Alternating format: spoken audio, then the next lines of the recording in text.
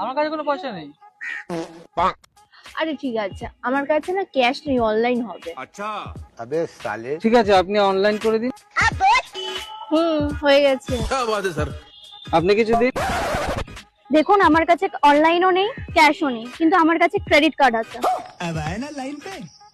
আরে দিদি, আমার কাছে মেশিন আছে, আপনি কার্ডেই পেমেন্ট করুন।